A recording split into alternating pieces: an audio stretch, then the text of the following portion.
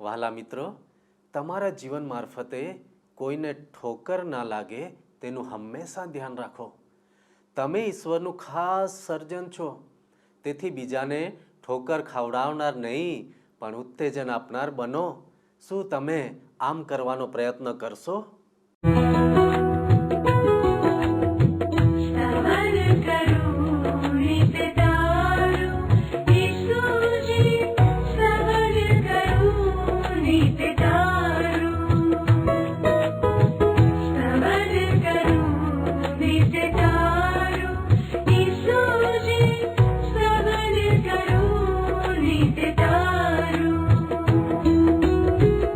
आज सवारे साध सुनी तऊ महिमा करूं प्रभु तारो, महिमा करूं प्रभु तारो, स्तवन करूं नित्य तारो.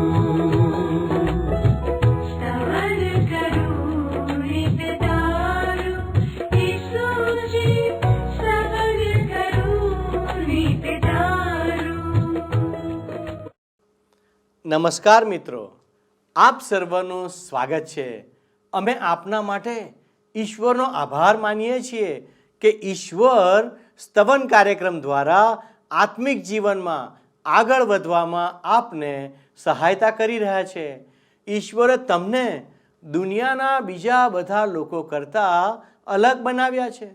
દુનિયાના અજબો લોકોમાં તમારા જેવું જ બીજું કોઈ નથી. તેનો અર્થ એ છે કે ઈશ્વરે તમારું વિશિષ્ટ રીતે સર્જન કર્યું છે. ખરું ને મિત્રો? ઈશ્વરે તમને શા માટે બનાવ્યા છે? સૌ પ્રથમ ઈશ્વરની ઈચ્છા છે કે તમે તેમના સંતાનો બનો, જેથી ઈશ્વર તમારા જીવન દ્વારા મહિમા પ્રાપ્ત કરી શકે. વાલા દર્શકો, બાઇબલ આપણને જણાવે છે કે આપણે જન્મથી જ પાપી છીએ અને અંધકારની શક્તિઓ આપણને ઈશ્વરથી દૂર રાખે છે. ઈશ્વરના માર્ગનું જ્ઞાન પ્રાપ્ત કરીને જ આપણે તેનાથી બચી શકીએ છીએ. સ્તવન કાર્યક્રમ આપણને આ દિશામાં માર્ગદર્શન આપવા માટે મદદરૂપ બને છે. મિત્રો, આ દિવસોમાં આપણે રોમનોના પત્રમાંથી અભ્યાસ કરી રહ્યા છીએ કે વિશ્વાસી વ્યક્તિનું ચરિત્ર કેવું હોવું જોઈએ. જો તમે વિશ્વાસી છો તો તમે ફરજ સાથે બંધાયેલા છો. મિત્રો, જો આપણે આપણું જીવન ઈશ્વરને આપી દીધું છે અને આપણે ઈશ્વરને જાણીએ છીએ અને વિશ્વાસ કરીએ છીએ તો આપણે આપણી જાતને આપણા ઘરની અંદર બંધ રાખીશું નહીં. આજે આપણે રોમનોનો પત્ર 14મો અધ્યાય તેની 7 થી 20 કલમો સુધી અભ્યાસ કરીશું. આજે આપણે આપણી આજુબાજુના વિશ્વાસમાં નબળા ભાઈ બહેનોને મદદ કરવા માટે હંમેશા તૈયાર રહેવા ઈશ્વરના વચનોમાંથી માર્ગદર્શન મેળવીશું. તો ચાલો દર્શકો, હવે આપણા અભ્યાસની શરૂઆત કરીએ. તમે જાણો છો એ પ્રમાણે મિત્ર, આ દિવસોમાં આપણે બાઇબલમાં નવા કરારના વિભાગમાં આવેલ રોમન લોકોને લખેલા પત્રનો અભ્યાસ કરી રહ્યા છીએ. આજે મિત્ર આપણે રોમન લોકોને લખેલા પત્રના 14મા અધ્યાયની 7મી કલમથી આગળ વધીને 20મી કલમ સુધી પહોંચવા માંગીએ છીએ. રોમન લોકોને લખેલા પત્રના 14મા અધ્યાયની 7 થી 9 કલમો જોશો. અહીં તમે જોશો તો લખવામાં આવ્યું છે, આપણામાંનો કોઈ પોતાને ખાતર જીવતો નથી. શું કહે છે? આપણામાંનો કોઈ પોતાને ખાતર જીવતો નથી કે પોતાને ખાતર મરતો નથી. આપણે જીવીએ છીએ તો પ્રભુને ખાતર જીવીએ છીએ અને મરીએ છીએ તો પ્રભુને જ ખાતર મરીએ છીએ. માટે આપણે જીવીએ કે મરીએ પણ આપણે પ્રભુના જ છીએ. મરેલા તથા જીવતાઓના પ્રભુ થવા માટે ઈસુ ખ્રિસ્ત મરણ પામ્યા અને ફરીથી સજીવન થયા. આપણામાંનો કોઈ પોતાને ખાતર જીવતો નથી કે પોતાને ખાતર મરતો નથી. એ જીવનનું સૂત્ર આપણું જીવન બીજાના જીવનને અસર કરે છે એ બતાવવા માટે ટાંકવામાં આવ્યું છે. જોકે આ સૂત્રનો અહીં એવો અર્થ નથી થતો મિત્ર. હકીકત તો એ છે કે વિશ્વાસી તરીકે ઈસુ ખ્રિસ્તના અનુયાયી તરીકે આપણે ઈસુ ખ્રિસ્ત વગર જીવી શકતા નથી. તમે જીવો તો ઈસુ ખ્રિસ્ત માટે જીવો અને મૃત્યુ પામો તો પ્રભુ ઈસુ ખ્રિસ્ત માટે મૃત્યુ પામો. આપણું જીવન ઈસુ ખ્રિસ્ત સમક્ષ પથરાયેલું છે, ખુલ્લું છે, જે દ્વારા વિશ્વાસી તરીકેના આપણા જીવનનું માપ કાઢવામાં આવે છે. આ જીવનમાં આપણે જે કાંઈ કરીએ છીએ મિત્ર, એનો હિસાબ આપણે પ્રભુ ઈસુ ખ્રિસ્તને એક દિવસ જરૂર આપવો પડશે. બાઇબલમાં નવા કરારના વિભાગમાં તમે જુઓ, કરંથવાસીને લખેલો બીજો પત્ર છે, એના 5મા અધ્યાયની 10મી કલમમાં કહેવામાં આવ્યું છે કે ઈસુ ખ્રિસ્ત આપણો ન્યાય કરે તે માટે આપણે દરેકે તેમની સમક્ષ હાજર થવું પડશે. ઈસુ ખ્રિસ્ત આપણો ન્યાય કરે એ માટે આપણે દરેકે તેમની સમક્ષ હાજર થવું પડશે. એ સમયે પ્રશ્ન તમારા ખોરાક વિશે નહીં હોય મિત્ર, પણ ખોરાક લેતી વખતે ઈસુ ખ્રિસ્ત સાથે તમારે કેવો સંબંધ હતો એ હશે. ઈસુ ખ્રિસ્તના મૃત્યુએ અને તેમના પુનરુત્થાને ઈસુ ખ્રિસ્તને જીવતા તેમજ મરેલા બંને ઉપર અધિકાર આપ્યો છે મિત્ર. હવે આગળ 10 થી 12 કલમો જુઓ.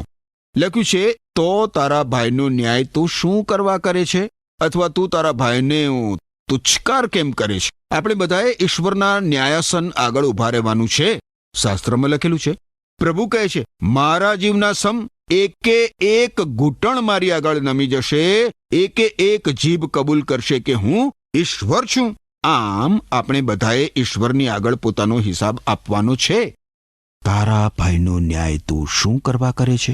તમને યાદ છે મિત્ર, પ્રભુ ઈસુ ખ્રિસ્તે પેલી વ્યભિચારીણી સ્ત્રીને પથ્થરે મારવા તૈયાર થયેલા ફરોશીઓને શું કહ્યું હતું? એમણે કહ્યું હતું, પ્રભુ ઈસુ ખ્રિસ્તે એ ફરોશીઓને, કે તમારામાં જેણે એક પણ પાપ કર્યું ના હોય તે પહેલો પથ્થર મારે. અને એક પણ માણસે પથ્થર માર્યો નહીં.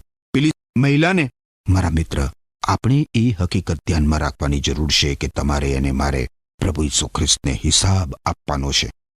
નિખાલસતાથી કબૂલ કરીએ તો અમુક બાબતો વિશે આપણે પ્રભુ ઈસુ ખ્રિસ્તને 100 જવાબ આપીશું.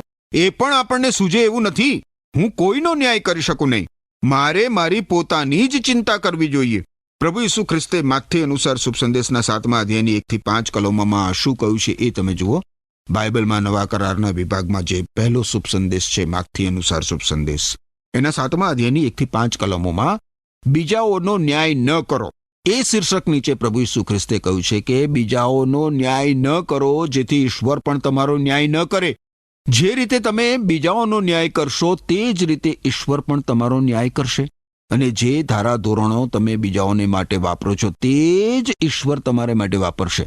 તું તારા ભાઈની આંખમાં તણખલું જુએ છે અને તારી પોતાની જ આંખમાં પડેલો લાકડાનો ભારો કેમ જોતો નથી? તારી પોતાની જ આંખમાં લાકડાનો ભારો હોવા છતાં મને તારી આંખમાંથી તણખલું કાઢવા દે, એમ તારા ભાઈને કહેવાની હિંમત તું કેમ કરે છે? ઓ ઢોંગી, તારી પોતાની આંખમાંથી એ લાકડાનો ભારો પ્રથમ કાઢી લે અને ત્યાર પછી જ તને તારા ભાઈની આંખમાંનું તણખલું કાઢવાનું સારી રીતે સૂચશે. હવે જુઓ મિત્ર, રોમન લોકોને લખેલા પત્રના 14મા અધ્યાયની આગળ 13મી કલમમાં શું કહે છે? પ્રેષિત પાઉલ, તમારા ભાઈનું પતન થવા દો નહીં. એ શીર્ષક નીચે 13મી કલમમાં કહેવામાં આવ્યું છે કે આપણે એકબીજાનો ન્યાય કરવાનો બંધ કરીએ. એને બદલે એવો નિર્ણય કરીએ કે તમે તમારા ભાઈને ઠોકરરૂપ નહીં થાવ અને તે પાપમાં પડે એવું કંઈ કાર્ય નહીં કરો. પાઉલ હવે એ મુદ્દા ઉપર ભાર મૂકે છે કે આપણું આચરણ વિશ્વાસમાં નબળા ભાઈ બહેનોનો ઉત્કર્ષ થાય, આત્મિક ઉન્નતિ એની થાય એવું હોવું જોઈએ. વિશ્વાસમાં નબળા હોય તેવા અને વિશ્વાસમાં મજબૂત હોય તેવા બંને પ્રકારના લોકો અન્ય વિશ્વાસી ભાઈ બહેનોને ઠોકર ખવડાવી શકે છે મિત્ર. વિશ્વાસમાં મજબૂત હોય પણ ભાવ શૂન્ય હોય એવો વિશ્વાસી પોતાની સ્વતંત્રતાનો ઉપયોગ લોકોનું ધ્યાન ખેંચાય તે રીતે કરીને બીજાઓની પ્રેરક બુદ્ધિને ઠેસ પહોંચાડે છે. બીજી બાજુ તમે જુઓ તો નિષ્ઠાવાન પણ વિશ્વાસમાં નબળો હોય એવો વિશ્વાસી જુદા જુદા નીતિ નિયમો બનાવીને તેના વાડામાં બીજાઓને ખેંચી લાવીને ભાગલા પડાવે છે.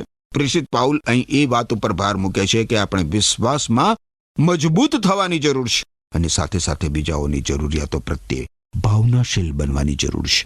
આપણે જીવનના અમુક ક્ષેત્રોમાં મજબૂત હોવાથી અને બીજા ક્ષેત્રોમાં નબળા હોવાથી આપણા આચરણની બીજાઓ ઉપર શી અસર થાય છે તેની ચકાસણી કરતા આપણે શીખવું જોઈએ.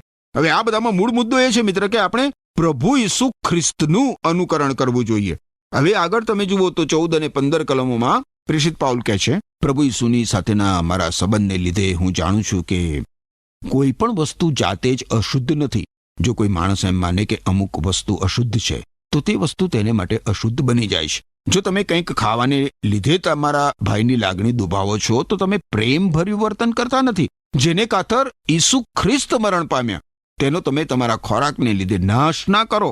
હવે પ્રભુ ઈસુ ખ્રિસ્તે વિશ્વાસમાં નબળા વિશ્વાસી માટે પણ મૃત્યુ વેઠ્યું હોવાથી આપણે એવો ખોરાક ખાવાથી કે એવું કશુંક કરવાથી દૂર રહેવું જોઈએ જેનાથી વિશ્વાસી જીવન જીવવામાં આપણા ભાઈને નુકસાન થાય. મને યાદ છે મિત્ર, મારી પત્ની જ્યારે જુવાન હતી, કોલેજમાં અભ્યાસ કરતી હતી, ત્યારથી જ તે પ્રભુ ઈસુ ખ્રિસ્તને શરણે આવી હતી. એની કોલેજમાં અભ્યાસ કરતી તેની બહેનપણી પ્રભુ ઈસુ ખ્રિસ્તની અનુયાયી નહોતી. હવે એ બંને વચ્ચે અતૂટ મૈત્રી હતી. મારી પત્ની એની એ મિત્ર માટે નિયમિત રીતે પ્રાર્થના કરતી હતી કે તે પ્રભુ ઈસુ ખ્રિસ્તને શરણે આવીને પ્રભુ ઈસુ ખ્રિસ્ત પર વિશ્વાસ કરીને પોતાના દુષ્કર્મોના બંધનોમાંથી, પોતાના પાપોની શિક્ષામાંથી ઉગરી જાય. હવે કોલેજના પ્રથમ વર્ષથી જ તેણે તેને માટે પ્રાર્થના કરવાનું શરૂ કર્યું હતું. કોલેજના બીજા વર્ષના મધ્યભાગમાં મારી પત્નીની પ્રાર્થનાનો ઉત્તર મળતો હોય એવું એને લાગ્યું. એક દિવસ એની મિત્રએ તેને કહ્યું, અમી, મારી પત્નીનું નામ અમી છે, અમી, જો તું માંસાહાર કરવાનું છોડી દે તો હું જરૂર માનું કે તું પ્રભુ ઈસુ ખ્રિસ્તની સાચી અનુયાયી છે. મહાન મુક્તિદાતાની અનુયાયી હિંસામાં કેવી રીતે માની શકે? પ્રભુ ઈસુ ખ્રિસ્તે તો કહ્યું છે કે તારા એક ગાલ પર કોઈ તમાચો મારે તો તેને બીજો ગાલ ધરી દે. જો તું માંસાહાર છોડી દે તો હું પણ પ્રભુ ઈસુ ખ્રિસ્તની અનુયાયી બનું. કારણ તારી સાથે મૈત્રી થઈ છે ત્યારથી હું પ્રભુ ઈસુ ખ્રિસ્તની અનુયાયી બનવા ગંભીરતાથી વિચાર કરી રહી છું. અને તમે માનશો મિત્ર, તમે માનશો, એ જ દિવસથી મારી પત્નીએ માંસાહાર મૂકી દીધો અને તેની વિશ્વાસમાં નબળી એવી મિત્રની ઉન્નતિને ખાતર એ બંને સાથે રહ્યા ત્યાં સુધી તેણે માંસાહારનું નામ સુદ્ધા લીધું નહીં.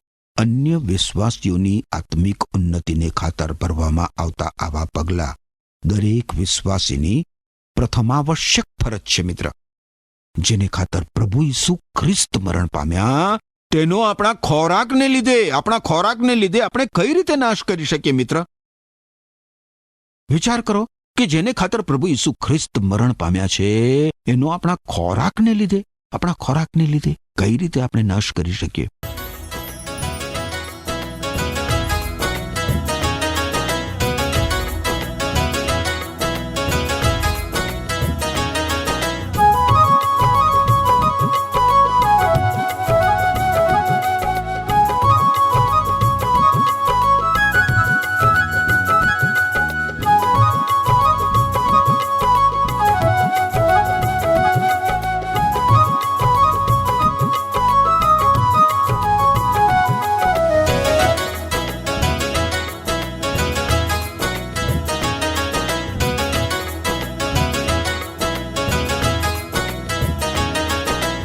ઈસુ છે મજબૂત ખડકને ઘડ મારો આધાર.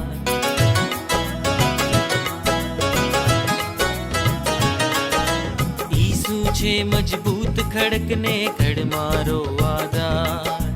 ઈસુ છે મજબૂત ખડકને ઘડ મારો આધાર. તેની ઉપર બાંધી આપણું જીવન તણું મકાન. તેની ઉપર બાંધી આપણું જીવન તણું મકાન. જીવન તણું મકાન. જીવન તણું મકાન. ઈસુ છે મજબૂત ખડકને ખડ મારો આધાર. ઈસુ છે મજબૂત ખડકને ખડ મારો આધાર.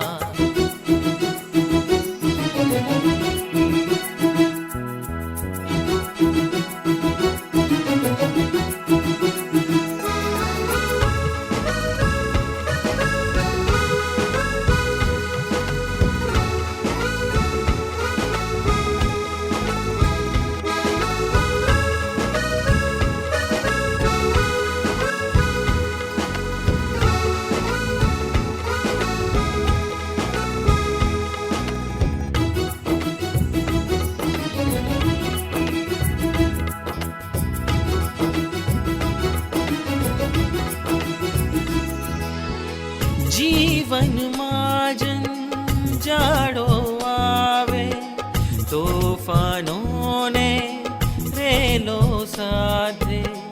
જીવનમાં જંજાળો આવે, તોફાનોને રેલો સાથે. આ જીવનને તોડવા કાજે, નાશની રાહે દોરવા કાજે.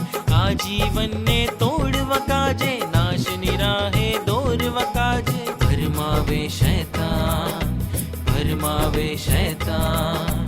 ઈસુ છે મજબૂત ખડકને ગઢ મારો આધાર. ઈસુ છે મજબૂત ખડકને ગઢ મારો આધાર.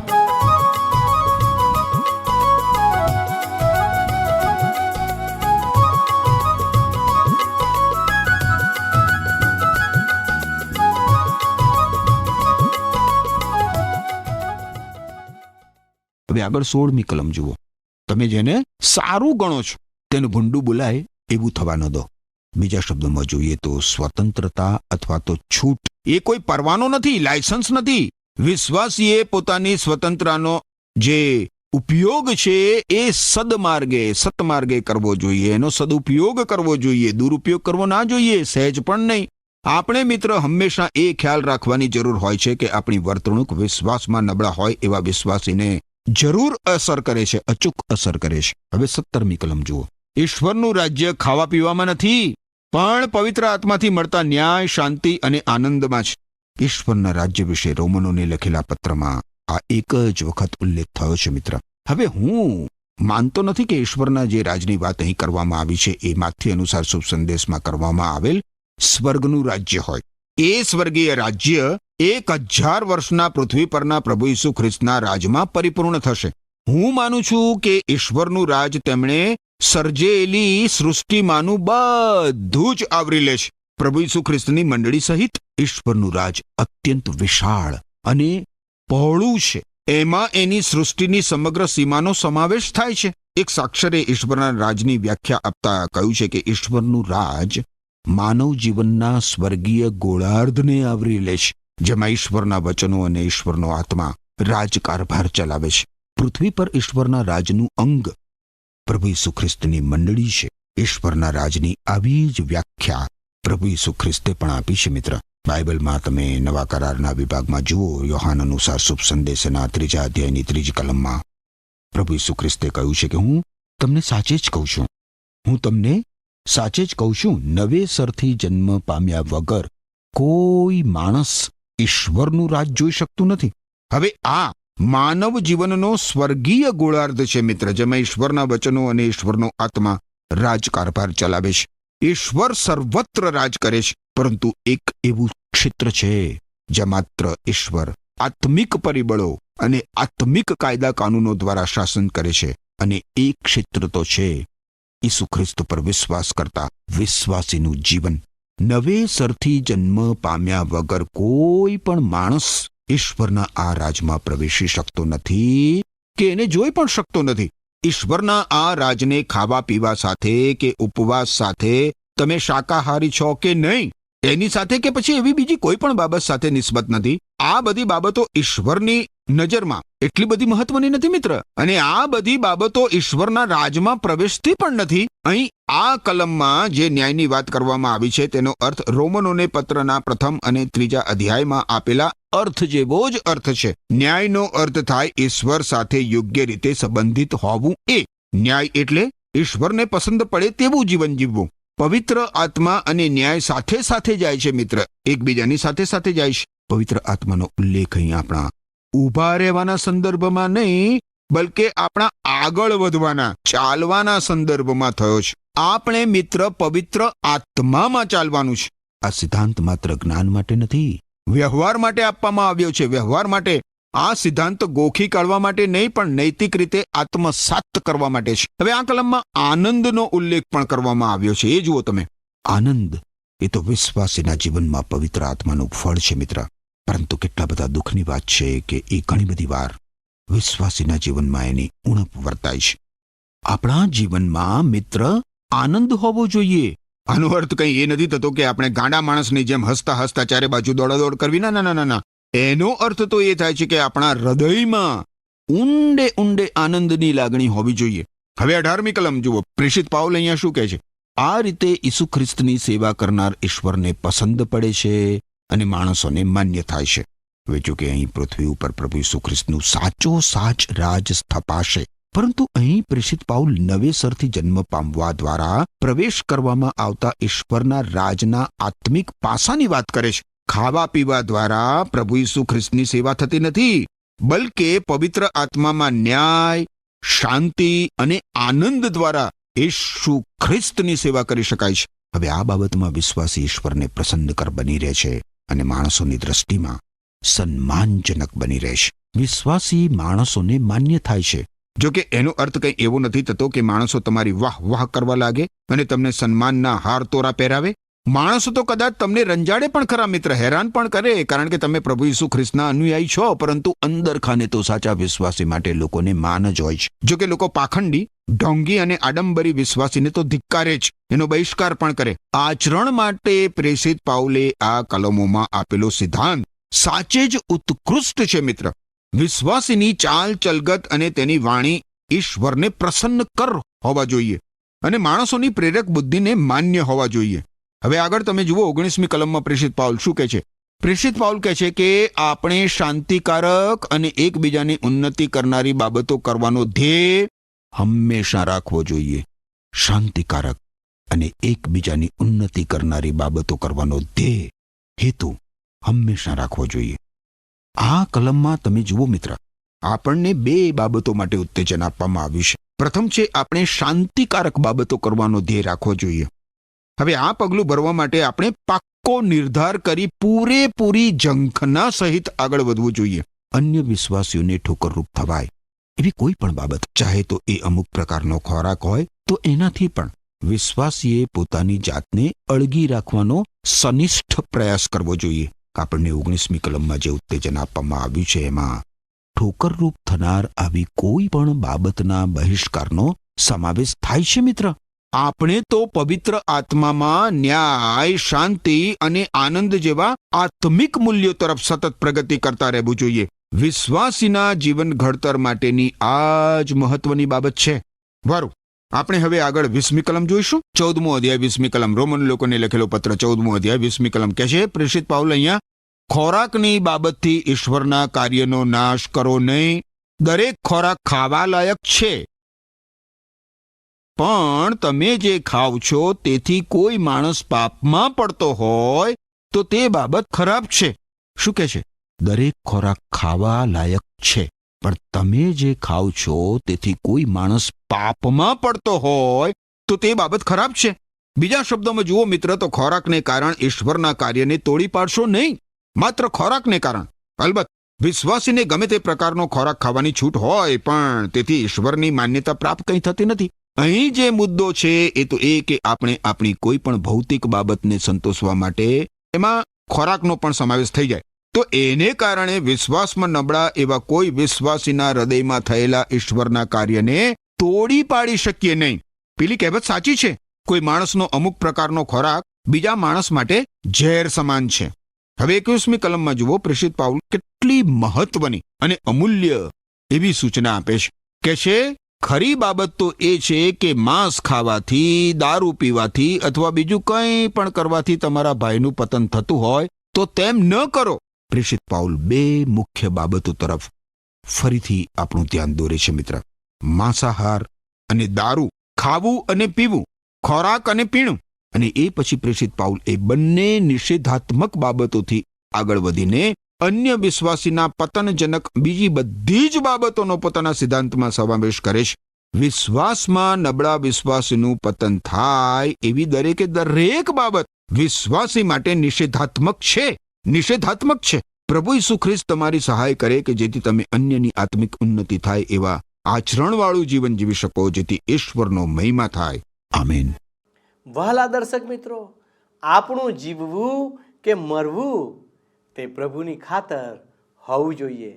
એક વિશ્વાસી તરીકે અને ઈસુ ખ્રિસ્તના અનુયાયી તરીકે આપણે ઈસુ ખ્રિસ્ત વગર જીવન જીવી શકતા નથી. આપણા ભાઈનો ન્યાય કરવો એ અયોગ્ય છે, કારણ કે આપણે બધાએ ઈશ્વરના ન્યાય શાસન આગળ ઊભા રહેવું પડશે.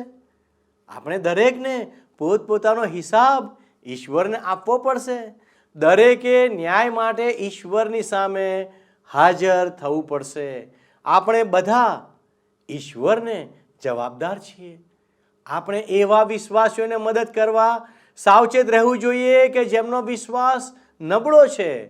ખાવા પીવાની બાબતને લઈને ઈશ્વરના કામનો નાશ ન કરવો જોઈએ.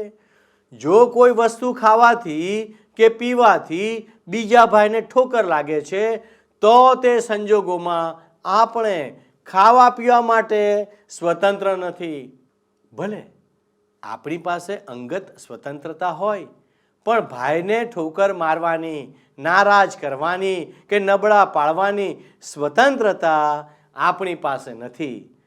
તેથી એવું કંઈ પણ ન કરો કે જેનાથી તમારો ભાઈ ઠોકર ખાય અથવા નારાજ થાય અથવા નબળો બને. ભાલા મિત્રો, તમારી સ્વતંત્રતાનો ઉપયોગ એકબીજાને મજબૂત કરવા માટે કરો, એકબીજાને તોડવા માટે નહીં. દરેક વ્યક્તિએ પોતાના વિશ્વાસને મજબૂત બનાવવા માટે શક્ય હોય તે બધું કરવું જોઈએ. જે વિશ્વાસી પોતાના ભાઈ પર પ્રેમ કરે છે તે વ્યક્તિગત રીતે બીજી વ્યક્તિને પાપમાં પડતા કે ઠોકર ખાતા અટકાવશે. ભાલા દર્શક મિત્રો, વિશ્વાસીઓએ તેમના પોતાના અંગત અભિપ્રાયને કારણે કોઈ બીજા માટે મુશ્કેલી ઊભી કરવી જોઈએ નહીં. તેઓએ એવું ન વિચારવું જોઈએ કે ખોરાક અને પીણું ઈશ્વરના રાજ્ય કરતાં વધુ મહત્વના છે. ખરું ને મિત્રો? વિશ્વાસી વ્યક્તિએ હંમેશા પોતાના અંતરાત્માના અવાજનું પાલન કરવું જોઈએ અને ઈશ્વર પર સંપૂર્ણ વિશ્વાસ રાખવો જોઈએ. શું તમે તમારા કાર્ય દ્વારા તમારો વિશ્વાસ વ્યક્ત કરી શકો છો? આવો દર્શક મિત્રો, આપણે પ્રાર્થના કરીએ. ભલા ઈશ્વર પિતા, તમે અમને મદદ કરો કે અમે વિશ્વાસમાં વધારે મજબૂત બનીએ અને દેવ, અમે અમારા ભાઈ બહેનોને મદદ કરનારા બની જઈએ. એમનો ન્યાય ન કરીએ, એમને પવિત્ર દેવ અમે મદદ કરનારા બનીએ, જેથી કરીને તેઓ તમારા જ્ઞાનમાં વૃદ્ધિ પામતા જાય. ભલા પરમેશ્વર, અમે બધા જ તમારા હાથોમાં સોંપાઈએ છીએ. તમારી કૃપા અમારી સાથે રાખો. અમારી આ પ્રાર્થના ઈસુના નામમાં માગીએ છીએ. આમેન.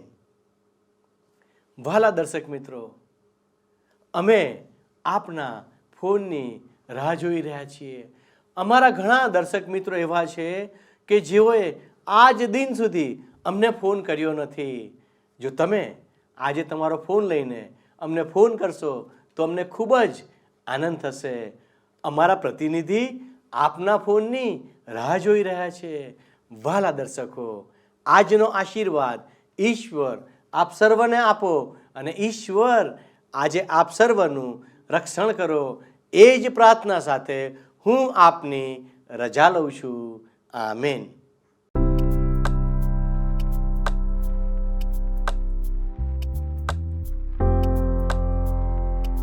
મિત્રો, ગત પ્રશ્નોનો જવાબ છે ઈશ્વરને.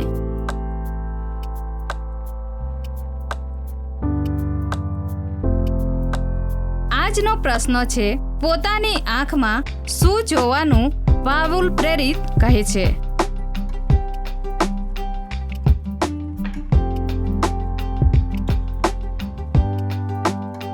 જવાબ આપેલ સ્ક્રીન પર દર્શાવેલ વોટ્સએપ નંબર પર આપવાનો રહેશે. કાર્યક્રમ દરમિયાન પૂછેલા પ્રશ્નનો સાચો જવાબ આપનાર વિજેતાઓના નામ દર મહિનાના પ્રથમ સોમવારે જાહેર કરવામાં આવશે. શું તમને આ કાર્યક્રમ ગમ્યો? અત્યારે જ અમને મિસ કોલ કરો.